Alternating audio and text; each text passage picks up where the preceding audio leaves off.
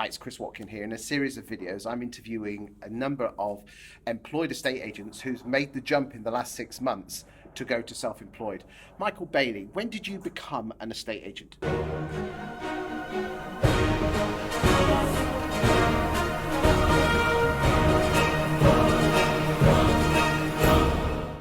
I became an estate agent in January 2007. What the hell did you want to become an estate agent for? I actually always wanted to be an estate agent. Really? Yeah, where I lived in North London at the time, there was an agent that always had a poster up in the window looking for staff. I couldn't drive at that point for medical reasons, and it was always something that I was really interested in. And then someone at that time took me on, and I managed to get my driving licence and my medical condition under control. And that was it. I always wanted to do it. I was always So what year did you join, become an estate agent? 2007. 2007, just before the market went belly up. Just at the best time. Okay, so what did you come in as a neg? Yeah, as a neg. So why did you want to be an estate agent? I have a very keen interest in property generally, and I wanted to help people. Okay, so what were your hopes of being an agent at the time? Well, it was to help as many people as I could, but also I did want to try and get into property development a little bit, which I've managed to do. Okay. How old were you at this point? I was 23. Oh, so not bad. Yeah. Not bad. Had you been to uni or college? Yeah, I'd finished university at St Mary's College in Twickenham. Okay. Studying something totally disconnected. But I'd always enjoyed people. When I got into the industry, I was quite shy, and it's something that very much brought me out of myself. Good stuff. What were your dreams? Where did you see your career going? I did want to get to a level of branch manager, which I've managed to manage numerous branches throughout that time. I mean, in 2008, the market went belly up. What happened? Who were you working for at the time? I was working for Alex Neil, who was an independent. The sales team just before was 4 people, and it was culled down to just me. And we all had to go to the director and have a chat about why we should be kept on. How did that make you feel? Very, very frightened at that time. Okay, so this is 2008. 2008, yeah. And what did your missus think at this point? She was also very frightened because at that point we were just about to come out of a fixed rate, and because interest rates were creeping up at the time, our mortgage at that point would have got not too high, but uncomfortably high. Okay, so did you keep your job? I did. Okay, and how did that make you feel? That made me feel pretty good because there was more experienced agents than me that were showing the door, really. Okay, and what did you learn? What did you learn in those tough years of 08, 09, 10? I learned primarily that the phone is my best piece of kit that we've got, despite all the tech that we've got, and it made me work harder to get deals done, which is something that stood me in excellent stead throughout my career. Now, how long did you stay with Alex Neil then? I stayed to Alex Neil until 2010. Okay, and what made you move? I started my own business at that point. Really? In Canary Wharf. What made you do that for? I just wanted to try and go my own way. Okay. And offer something a bit different. And how did that go? It went reasonably well. Okay. We managed to pay for a wedding and a honeymoon and all that stuff. Okay. But it got to a point where more funds would have been needed, and it really wasn't tenable. I mean, when you start your own business, you've got your own Rightmove costs, you've got all the other stuff. How much was it costing you a month to open up at that time?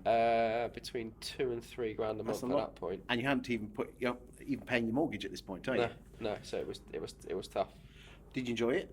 I did enjoy it. Yeah, I enjoyed the agency side of it, but I didn't enjoy the very solo side of being a business owner at that point. How did it make you feel that you were on your own? Scared. I felt, although I got great support from my wife, she's been brilliant in terms of business. There was very little support out there, and at times I just felt I was running down blind alleys. Okay, so when did your own business run a natural end? It ran until 2011, 2012. So you were there for no more than a couple of years. Yeah. What did you then do? I then went to work for another 4-branch independent, not too far from where we are now in Shad Thames. So that was Field and Sons. Okay. And I went into the office there. That must have taken a lot of balls to give up on your own business and go back into employed. How did that make you feel? It was a tough call. If I'm totally straight. I could have borrowed money from the bank. The bank would have funded me. I had a very good business plan to carry on, but that made me feel very uncomfortable. Okay. So So you went back to this 4-branch network. yeah. What were you doing at that point? So I was assistant manager in the branch in Shad Thames, primarily sales. Okay. In a slightly different area to that Okay. that I'd worked before. What do you love it? Do you prefer estate agency or lettings? I prefer estate agency. Why do you prefer estate agency? I think the two types of people are very different. And sales, I believe you can be a bit more entrepreneurial with it. And that's something that I'm really interested in. So how long were you at Fields for then? Until I moved to Preston at the end of 2012. Okay, so what the hell did you move up north for then? My wife's from Preston. We got married in 2011. Okay. And then kids were on the horizon, and we moved to be closer to family in the northwest. So did you get a job in Preston then? I worked in Manchester for 4 months to start with. Okay. And then from there, I got a job with another 4-branch independent in Preston. Okay, what year was that again? That was 2013. Okay, so what was it like up north? Very different. The market at that point was really very quiet indeed. Prices were very depressed. And in the time I've worked in the north, the transaction levels have increased hugely in that time. So you started with your Preston firm in 2013 after 4 months in Manchester. What made you decide that you wanted to go back into running your own estate agency? When was that? Okay, that was towards the end of sort of September time. September, when was this? This year, 2009. 2019? Yeah. Had you been enjoying the job up to that point? Largely, yes.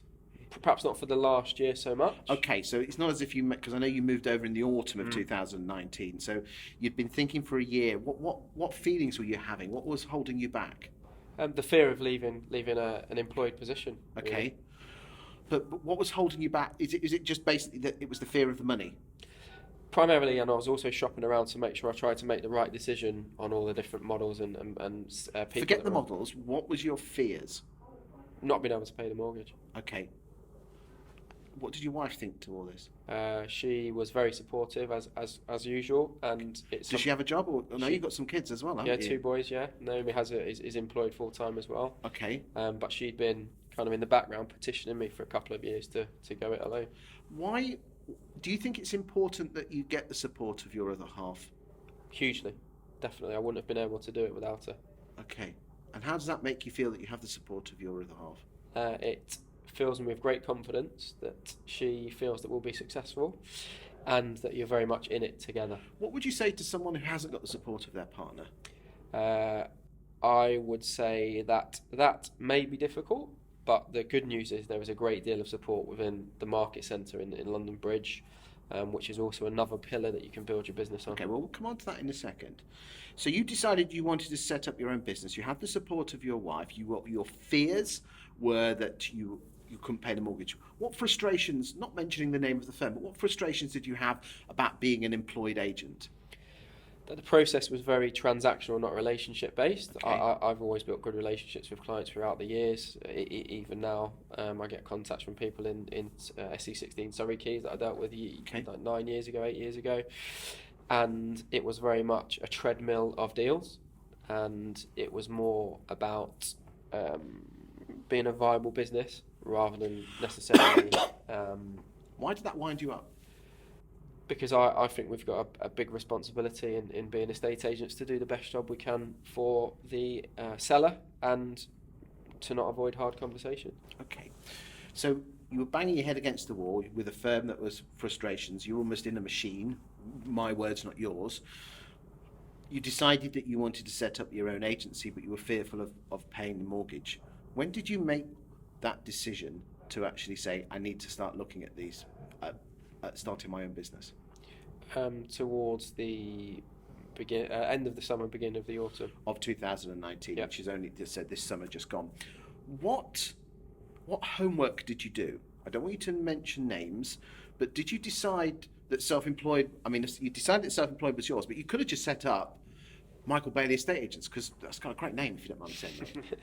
I could have, but my previous experience had taught me Yes. that it's much tougher to do it in that way and more costly.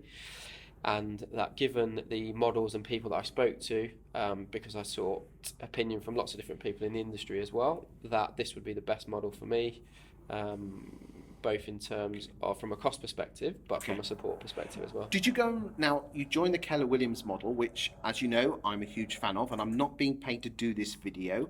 I am a fan of Keller Williams, as I am also a fan of other models, and I know you don't want to say it, but I will. EXP, Sean Newman, Richard James, Benjamin Stevens, they're all out there.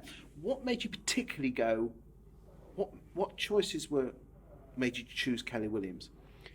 The biggest decision, or factor in the decision, was that Keller obviously has been replicated in numerous countries over a long period of time, and the systems are all there if you want to take advantage of them to be successful. So you've been now with them now for just over a quarter, yet you are not, your market centre is London Bridge, but you're based hundreds of miles up the M6 in Preston. So is it, you're not getting the benefit of coming into the market centre? Not directly, but we do. Everything can be done remotely. So I dial into training, talk to the agents on a regular basis, talk to Chris and Ali, the guys. I mean, some people have actually said with Keller Williams that you could spend all your time training and not actually going out to get any business. What would you say to that accusation? I would say that we spend a small amount of sharp, snappy time every day training. Yes. And then we're into the lead generation and then doing the business. So I don't think that's true. I would prefer to practice in private. Yes. And then use that on the public. Yet there are quite a few people that have joined many of the different models who've basically bailed out after 6 months, saying it's complete and utter tosh. What would you say to those people? I think it's like anything. It's not going to be suitable for every single person. The same that lettings and sales aren't necessarily suitable for each other, and that not all models are going to work for everybody. I guess it depends what kind of person you are. Some people are more entrepreneurial and want to start by themselves. What skills do you think are required, or more importantly, attitude? Because let's be honest, most estate agents are truly atrocious at business generation. Because let's be frank, when you set up your own business, you've got to go. You kill what you eat, or you eat what you kill. I think you've got to be tenacious. Okay. I think you've got to expect, metaphorically, to get the door slammed in your face. How do you deal with rejection? Because if you're not, again, most estate agents are truly atrocious at business generation. How do you deal with rejection, all those no's? I just use it to drive me further. So I went out the other evening to talk to some sellers. The first two weren't happy for my call, which is absolutely fine. What, you went door knocking? Door knocking. Love it. But then I continued on, and off the back of that I obtained 3 people's contact details, and we booked 2 valuations for the weekend. So it's about celebrating the wins and not worrying too much about the defeats, I think. Okay. And what are you not enjoying about the job? And even though it is a job, I don't think there's anything I'm not enjoying. It's given me a new lease of life as an agent. Okay. As I said, I've watched your videos, and you are a different person.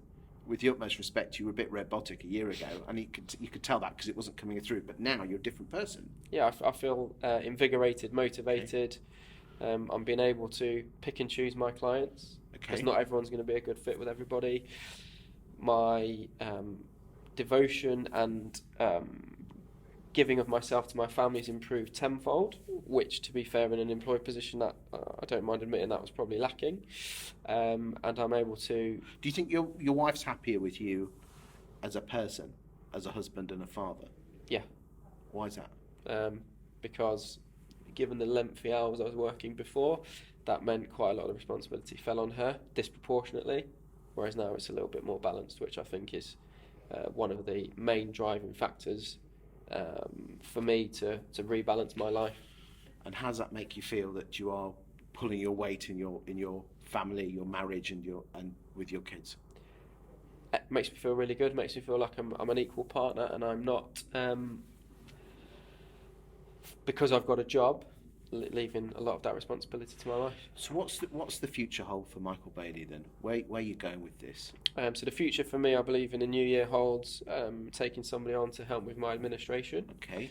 And then the longer term plan is to either open a market centre potentially, or at least run a team of agents. Okay. Covering the particular sectors of Preston primarily.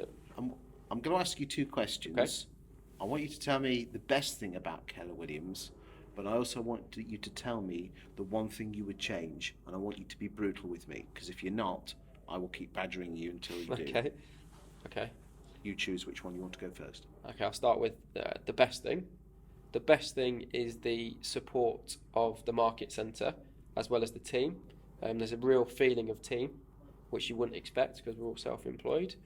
There's always ideas being bounced around by people, which I think is excellent because, so for example, we do script practice and there's guys that are far less experienced than me, but their take on certain things is better than mine. Okay. So it's good for learning and growing as an agent. The worst thing for me... Not necessarily the worst thing, but the one thing that really bugs you that you'd want, you know, let's be honest, Chris Buckler isn't in the room, he's the market centre boss here. What would you, if there's one thing you could get to change, what would it be? Honestly, it would probably be something very minor. Okay. And it would be, I find it a little bit frustrating sometimes how we put properties on the market because they have to be approved by somebody else. Yes. But that's more a control thing from my side as opposed to necessarily something with Keller. But other than that, honestly, and I'm not just saying this, I'm loving the whole experience. I feel the most invigorated I feel for my industry and my job for forever, and I love that we're at the forefront of change along with the other guys doing similar models in the UK. Thank you very much. Thank you.